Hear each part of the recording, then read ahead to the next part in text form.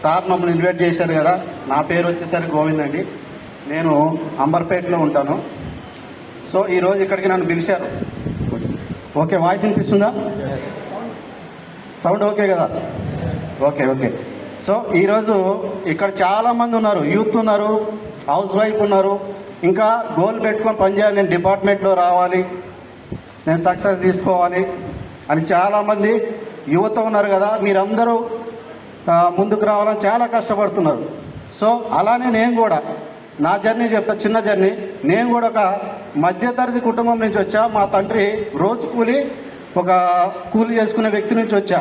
నేను కూడా చిన్నప్పటి నుంచి ఏదో స్థాయికి ఎదగాలి, పైకి రావాలి అని ఒక గోల్ పెట్టుకొని నేను కూడా చిన్నప్పటి నుంచి కష్టాలు పడుకుంటూ వచ్చా. సో కానీ నేను 16 years జర్నీ నా పోలీస్ డిపార్ట్మెంట్లో. సో పోలీస్ డిపార్ట్మెంట్లో అందరూ తెలుసు, ఒక డిపార్ట్మెంట్లో ఎంత మంచి సర్వీస్ ఇవ్వగలుగుతామో అంత మంచి గొప్ప డిపార్ట్మెంట్లో ఉన్నా. సో ఆ సర్వీస్ ఇస్తూ కూడా నేను ఇప్పటి వరకు కూడా ఎటువంటి నా ఫ్యామిలీకి సెక్యూర్ లేదు సార్, సెక్యూర్ లేదు.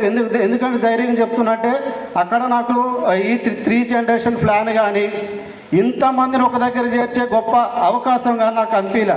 సేవ చేసే గుణం ఉంది, కానీ దానికంటే గొప్పగా సేవ చేసేది ఏమైనా దొరికితే బాగుండు అనుకున్న జీవితంలో. కానీ ఎక్కడ సెర్చ్ చేశా, కానీ ఎక్కడ నాకు దొరకలే. కానీ ఒకరోజు వెస్టీజ్ అనే ఒక అవకాశం నా ఇంటికి రావడం జరిగింది. నా ప్లానర్ మా రాము సార్ ద్వారా మా ఇంటికి రావడం జరిగింది. సో డిపార్ట్మెంట్లో ఉంటూ కూడా వెస్టీజ్ని ఎవరు బిలీవ్ చేయరు. ఎందుకంటే ఇట్లాంటి కంపెనీలు చాలా చూసాం, జనాల చేత డబ్బులు కట్టి మోసం చేసే కంపెనీలు చాలా చూసామని చెప్పి ఎక్కడో నా గుండెలో ఇంత నెగిటివ్ ఉండేది. కానీ సరే చూద్దాం, అవకాశం అనేది వచ్చింది కదా, తెలుసుకుందాం, ఒకసారి వెళ్దాం అని చెప్పేసి ఇక్కడ ఉన్న మీలాగే ఒక మీటింగ్కి వచ్చిన. సో ఎక్కడో లాస్ట్ చివర్లో కూర్చున్నా, ఎందుకంటే వెళ్ళిపోదాం అనుకున్నట్టు నుంచి అంటే. ఎందుకంటే ఇలాంటివి నేను చాలా చూశాను, మా ఇంట్లో ఇక్కడ ఫిక్స్ అయ్యి వచ్చా. కానీ ఒక 15 నిమిషాల తర్వాత మన గ్రేట్ లీడర్ సైదర్ సార్ వచ్చి ఒక మంచి విషయాన్ని స్టార్ట్ చేశారు. మీరు అందరూ వచ్చారు కదా, ఏదో తెలుసుకుందామని వచ్చారు కదా, సరే వినండి. ముందు మీకు తెలుసుకునే ముందు ఒక్కసారి మీ మైండ్ ఓపెన్ చేసి ఇదేదో తెలుసుకోండి. నెట్వర్క్ మార్కెటింగ్ ఫేక్ కాదు.